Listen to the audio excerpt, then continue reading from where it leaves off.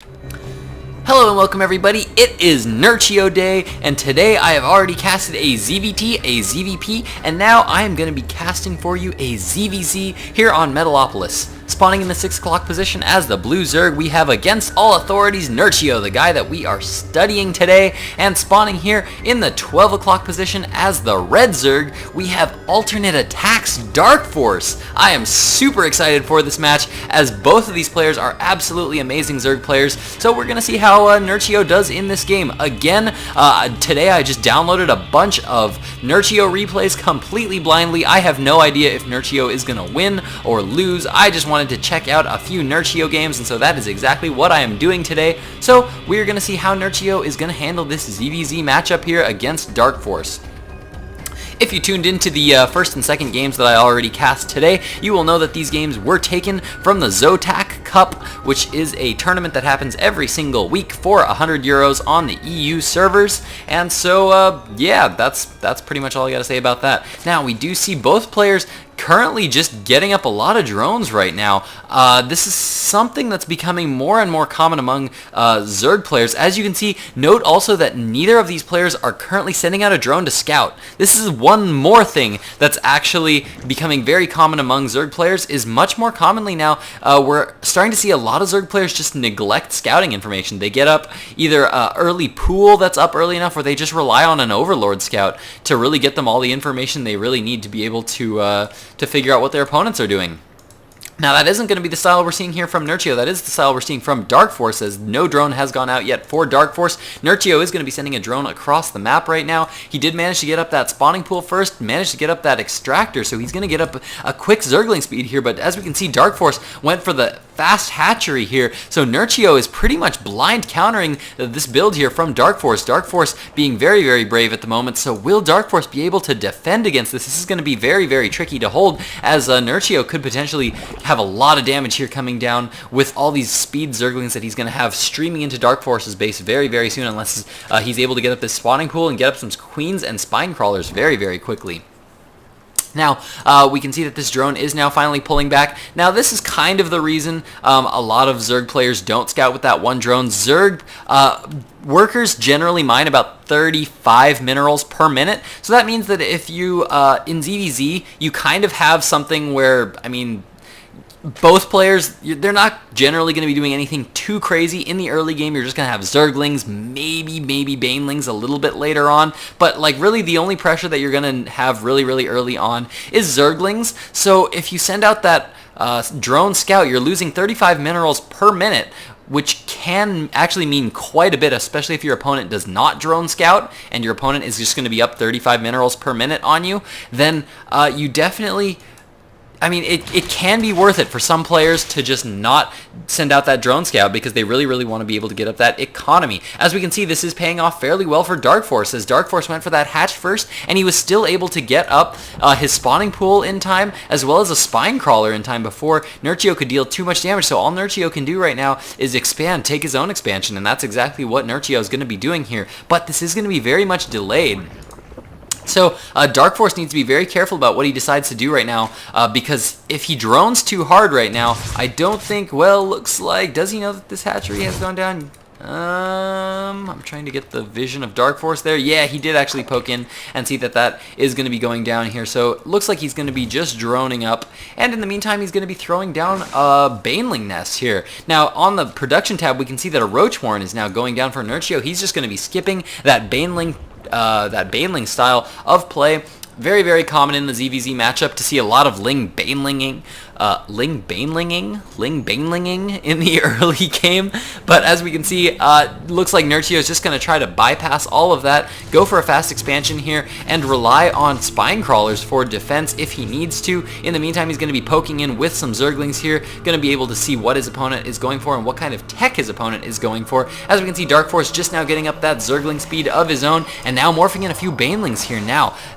If he can connect with these Banelings, he can potentially deal a lot of damage here. We do have this one spine crawler here. These Banelings not quite done yet. These Zerglings for Nerchio coming in, trying to pick off a few workers. 2 workers killed so far here for Nerchio, and the Banelings are now finished, so that is going to end all the Zergling harassment here from Nerchio.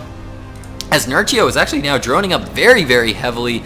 This is one advantage of applying pressure on your opponent. If you apply pressure on your opponent, you can sometimes force them to overproduce units. As we can see, that's pretty much exactly what happened here for Nerchio. Nerchio pushed in with those Lings. DarkFoRcE kind of overcompensated a little bit, produced more Lings than he needed to, and now DarkFoRcE is kind of just trying to find a use for these Lings, sending them to his opponent's base, trying to see if he can't poke back in, do some damage, and try to scout his opponent's drone count. And as we can see, he saw a lot of drones here, and so DarkFoRcE's response is, of course, to get up a lot of drones of his own. We see a lot of drones coming down on the production tab right now. On that production tab, we can see that Nerchio is still up quite a few, though. We can see he's up 35 to 30, which is a big, big difference in this matchup. So Nerchio actually showing a very, very nice little game sense here, as he's now starting to push out with a few roaches here. You got just enough roaches to be able to defend and hold off some Lings and Banelings, and now, as we can see, he's starting to feel really, really confident as he's going to be throwing down a gold expansion here, as he really, really gets this natural expansion very well saturated. No spine crawlers up yet for Nerchio. This is actually really, really amazing to me that he can actually get away with no spine crawlers at all with this kind of a defense, considering that he's putting all this larva into getting up a lot of drones and just a few Zerglings, just a few roaches, and he's able to just get away with so many drones without throwing down any spine crawlers at all. As we can see, DarkFoRcE was forced to throw down one spine crawler in his base.